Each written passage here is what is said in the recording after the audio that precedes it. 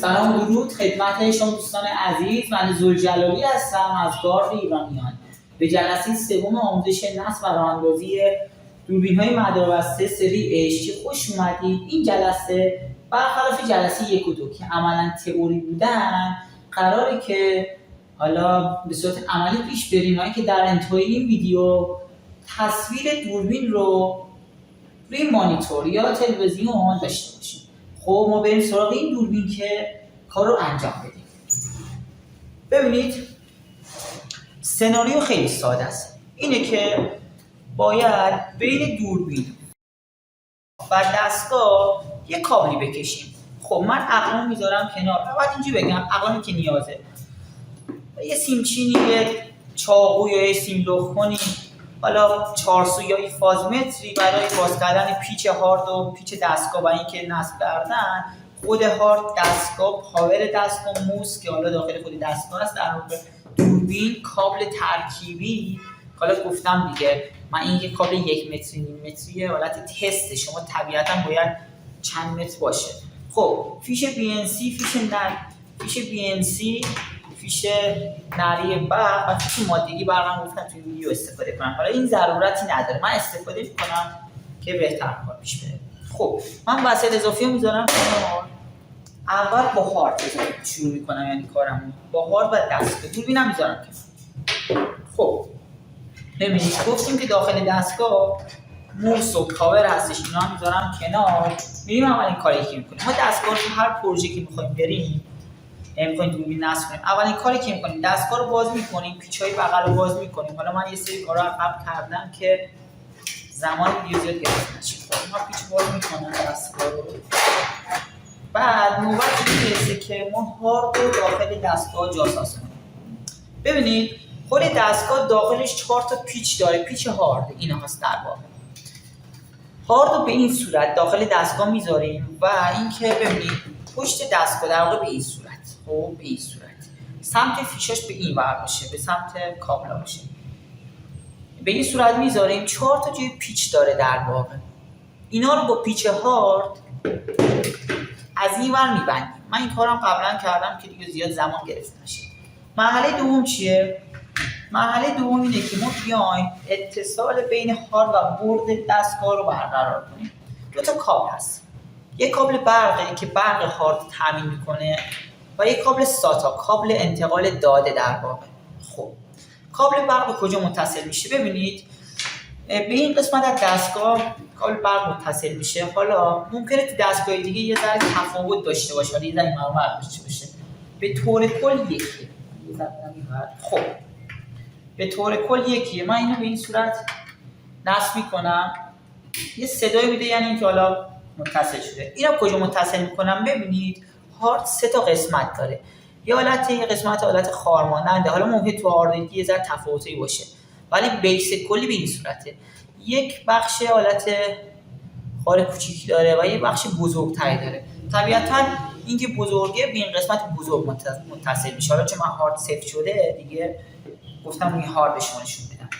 من اینو میزنم. خب کابل ساتا کجا متصل میشه؟ کابل ساتا اینجا متصل میشه در واقع، که حالا ممکنه روی سری دستگاه یه پلاستیکی شیلدی باشه، اونا باید بردارید که تو این قسمت دیده بشه چون که از آسیب پذیره.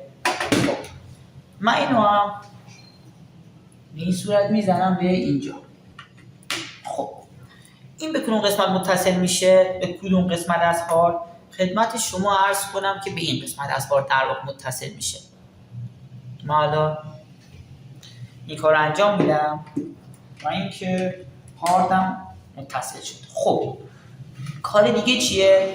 ما الان کارمون کلا با هارد و تموم شده و داخل دستگاه. کاری که باید بکنیم اینه که در دستگاه رو بزنیم. فقط من این نکته بهتون بگم قبل از اینکه بذارم، هارد خیلی آسیب پذیره. میتونم بگم آسیب پذیرترین جزء داخل سیستم شما هارده و نقش خیلی مهمی هم داره. ذخیره اطلاعات جوری نبندید که مثلا با خودتون اگه 2 تا پیچ کافیه. خیلی مهمه که این هارد سفت بشه، فیکس بشه، تکون نخوره.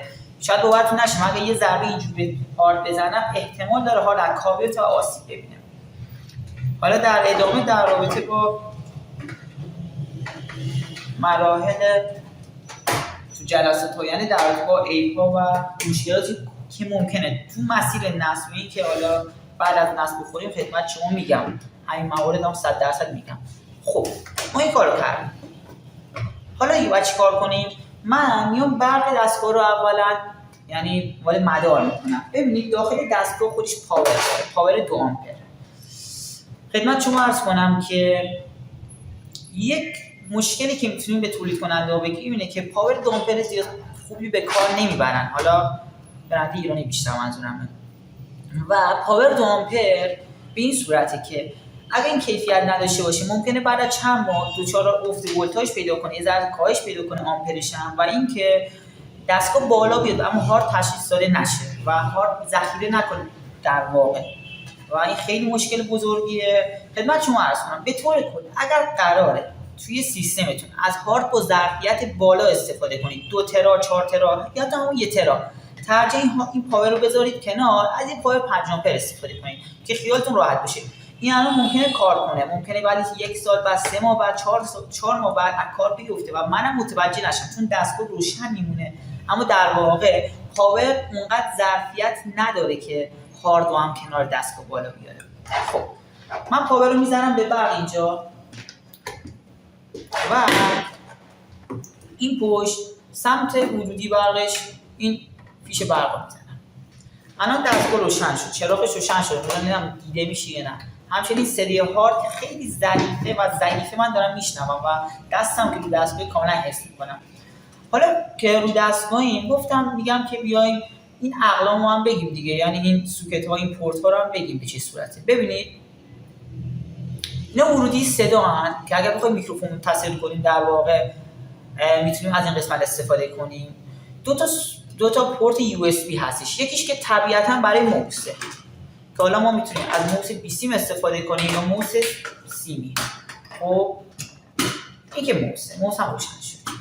پورت دیگه برای چیه؟ پورت دیگه برای اینه که شما در یکی از کارهایی که میشه با پورت دیگه کرد اینه، چون چند تا حالا کاره، یکی از کارهایی که میشه کرد اینه که شما میخواید ویدیو که حالا ذخیره شده داخل فلش بریزید. طبیعتا فلش میزنید داخل پورت USB و در واقع دستگاه فلش رو تشخیص میده و اینکه ویدیو داخل فلش ریخته میشه. اونم کاملا بهتون آموزش میدم توی جلسات آینده.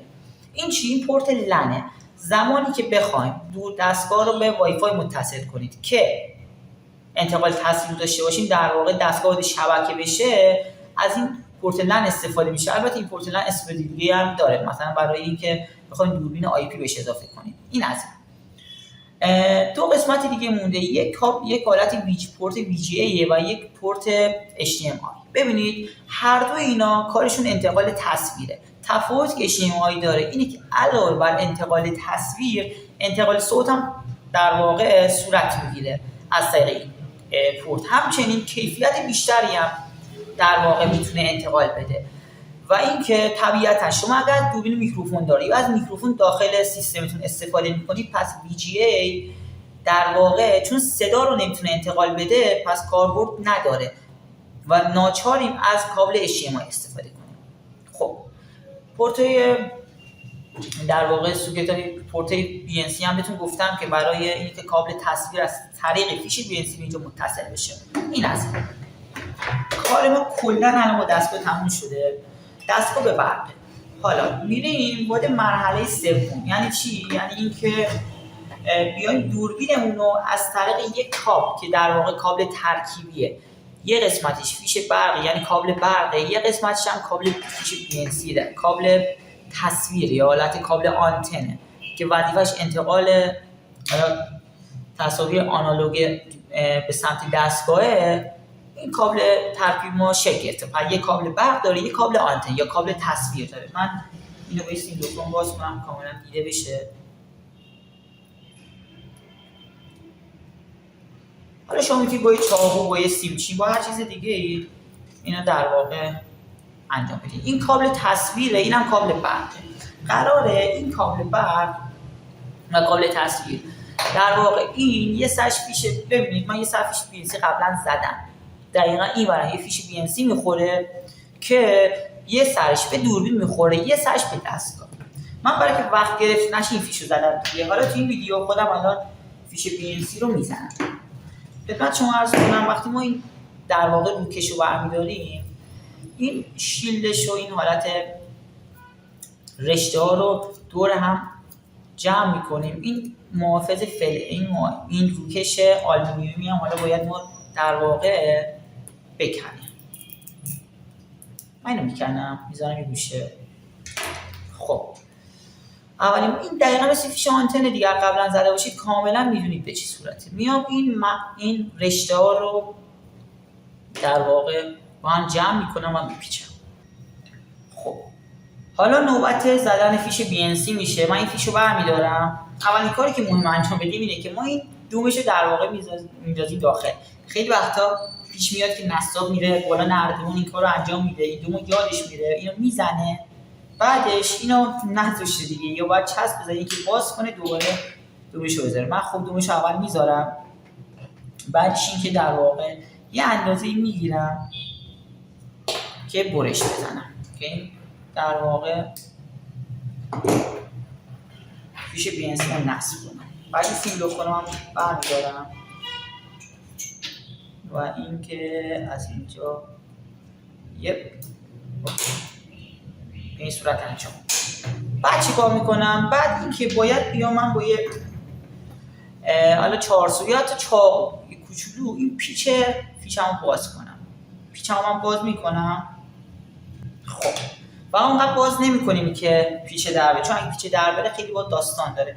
اینو کاملا فشار میدم. ببینید این رفت داخل و این در واقع این مغزی رفت داخل این بخش و این رشته هم اومد زیر در واقع این قسمت. من همینجوری که فشار دارم میدم این پیچو میبندم. نکته که وجود داره اینه که سعی کنید خیلی این پیچو صفر نکنید، چون که اگر خیلی صفر بشه احتمال داره به اصطلاح اون مغزی ببره. خب بعدش اینجا باید با یه دنباریکی چیزی اینو در واقع پرس کنیم. من حالا دنباریک ندارم، با یه سیمچینی این کار انجام میدم. البته با دنباریک خیلی این کار بهتر صورت انجام میگیره. خب این انجام شد. حالا چی کار میکنم؟ من میام دقت میکنم که ببینم این رشته به این سمت در واقع نرفته، که میبینم این رشته به سمت این پیچ منظورم، یا اینکه اتصالی صورت نگرفته. که صورت نگرفته بعد میام یه چسب برمیدارم و اینکه با یه چسب اینو کاملا چسبش میزنم که من حتی این چسب سمت پیچ هم میرم که کاملا این پوشیده بشه. اگر 1% این بخواد به پیچ بخوره، به این پیچ این بالا بخوره، اتصال از بین میره، یعنی مشکل میخوره و تصویر نمیگیریم. این از این فیش BNC مون زده شد. خب یه سر این فیش BNC، یه سر به دوربین میخوره، یه سر به دستگاه. من فعلا این کار انجام نمیدم، میرم سراغ زدن در واقع فیش برق. من توی این سناریو میام از پاور در واقع تکی استفاده میکنم. این پاورمه. خب این پاورمه، همون پاور 2 آمپر در واقع. اینو میزنم به برق. خب بعد چیکار میکنم؟ ببینید من باید این پاور در واقع سمت دستگاهه، این کابل هم سمت دستگاه، این کابل سمت دوربینه. خب من دوربینم بیارم اینجا رو دیگه و خب من اینجا خلوت کنم. خب ببینید من باید اینو به این متصل کنم. با چه در واقع جزئی، با چه روش میتونم متصل کنم که یه رابط بین اینا بذارم، یا اینکه ببینم ببرم قرمز رو با قرمز، آبی رو با آبی بزنم. این دو تا راهو دارم. من چیکار میکنم؟ من میام دیگه، چون که نبارم کار تمیز در بیاد، این قطعه رو که فیش مادگی برق در واقع بهش میگن و به این صورت میره داخل این کار انجام میدم. خب چیکار میکنم؟ این فیش مادگی رو برمیدارم در واقع، بعد سیم لخ کنم برمیدارم و اینکه این کار رو انجام میدم و میتونم حتی لحیم کنم، اما دیگه اونو خیلی دیگه تمیز کارم در واقع خیلی میتونم کار خوب در بیارم، یعنی بدون لحیم هم انجام میشه داد این کار. خب این هست. میام قرمز مثبت به قرمز میزنم، خیلی هم بزرگ گرفته شده، مشکل نداره. خب آبی رو به آبی یا آبی رو به مشکی. ببینید نکته مهم اینه که مثبت توی مدار ما قرمزه و این خیلی مهمه. حالا اگر مثبت منفی اشتباه بزنید چه اتفاقی میفته؟ اگر حالا در اینجا بهتون بگم دوربین میسوزه دیگه، مثبت منفی اشتباه نزنید که به مشکل نخورید. خب من چسب رو برمی‌دارم.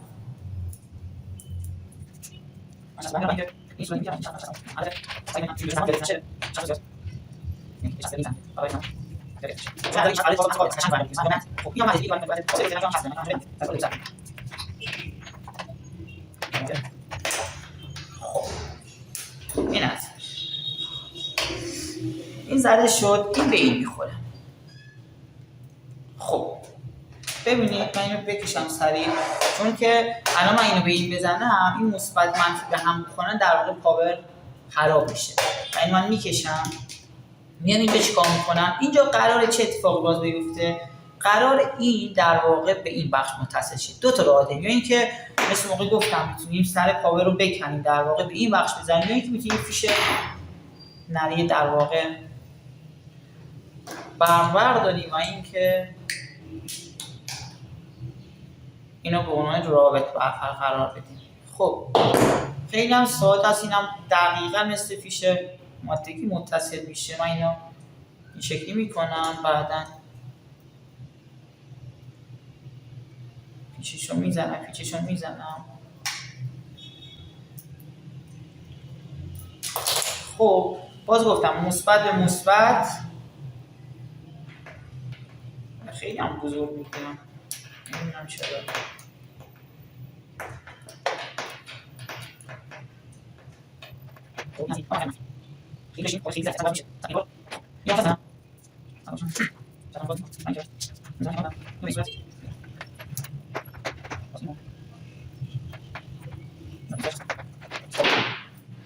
این از این.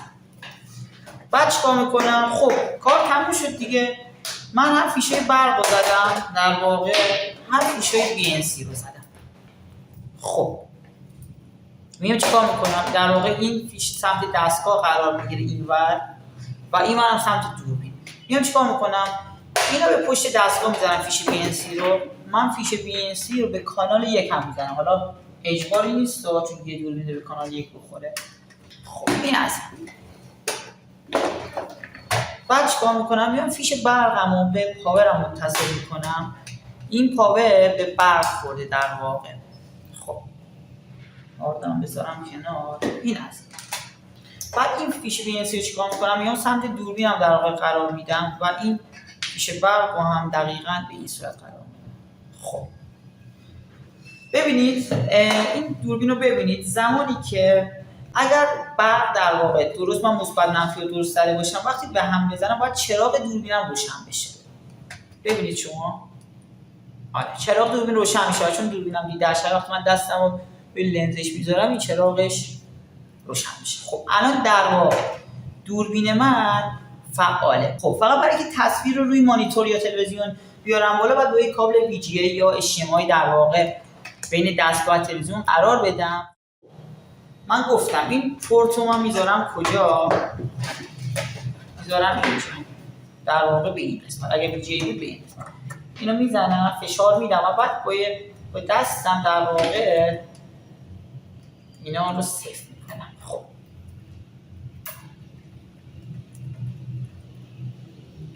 این است.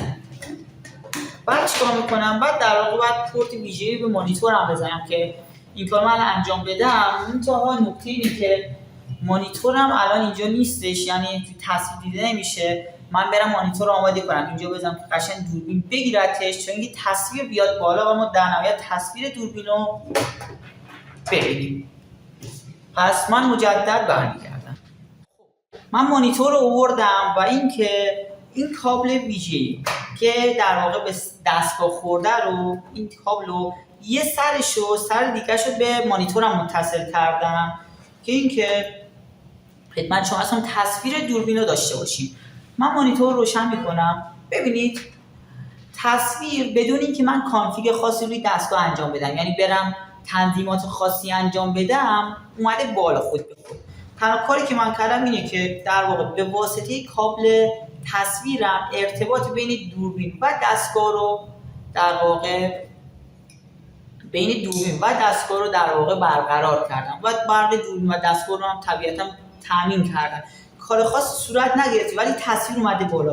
به این ویژگی میگن پلاگ اند پلی، یعنی اینکه در واقع به محض اینکه به برق خورده دوربین تصویرش اومده بالا. من موس در واقع دستگاه رو متصل میکنم. ببینید این تصویری که الان من دارم زیرش یه سری علائم داره.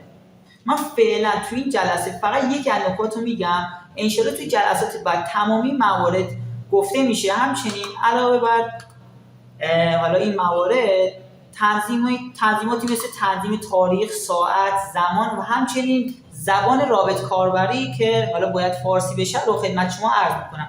تنظیمات دیگه مثل تنظیم آلارم ها، ریختن فیلم داخل فلش، نمیدونم بکاپ گرفتن از هارد به عبارتی، یا اینکه حتی فرمت هارد و خیلی نکات دیگر رو انشالله تو جلسات آینده خدمت شما عرض میکنم. نکته مهمی که میخواستم بگم اینه که ببینید یه علامت نوار کاست یا دوربین فیلم برداری ممکن تو دستگاه متفاوت بشه. این زیر میاد. این یعنی چی؟ یعنی اینکه دستگاه ما در واقع هارد رو تشخیص داده و هارد داره به صورت صحیح ویدیو رو داخل خودش ذخیره میکنه. اگه نباشه یعنی چی؟ یعنی که آقا هارد تشخیص داده نشده که ما باید عیب رو در واقع پیدا کنیم که حالا گفتم در آینده در جلسات انتهایی همین دوره به چند جلسه به عیبیابی سیستم مداربسته میپردازیم که طبیعتاً مشکلات هاردم داخلش کاملا ذکر میشه، چون خیلی شایع بالا نیومدن هارد و ذخیره نشدن ویدیو داخل هارد. خب این جلسه هم تموم شده. امیدوارم که اون داده و اون اطلاعاتی که تو این جلسه مد نظرتون بود رو کاملا استخراج کرده باشید و اینکه منم امیدوارم که حداقل تونسته باشم یه ارائه خوبی برای شما فراهم کنم. ببینید میخوام خدمت شما در رابطه با گارد ایرانی یه سری نکات رو ارائه بدم. ببینید مجموعه گارد ایرانیان در واقع تامین کننده و توزیع کننده سیستم‌های امنیتی، دوربین مداربسته، دزدگیر املاک مقیل. خب نکته که وجود داره اینه که اگر همکاری بهتون پیشنهاد میدم حتما یه سری حالا از طریق پشتیبانی قیمت همکاری رو دریافت کنید که اینکه قیمت فوق‌العاده است شما.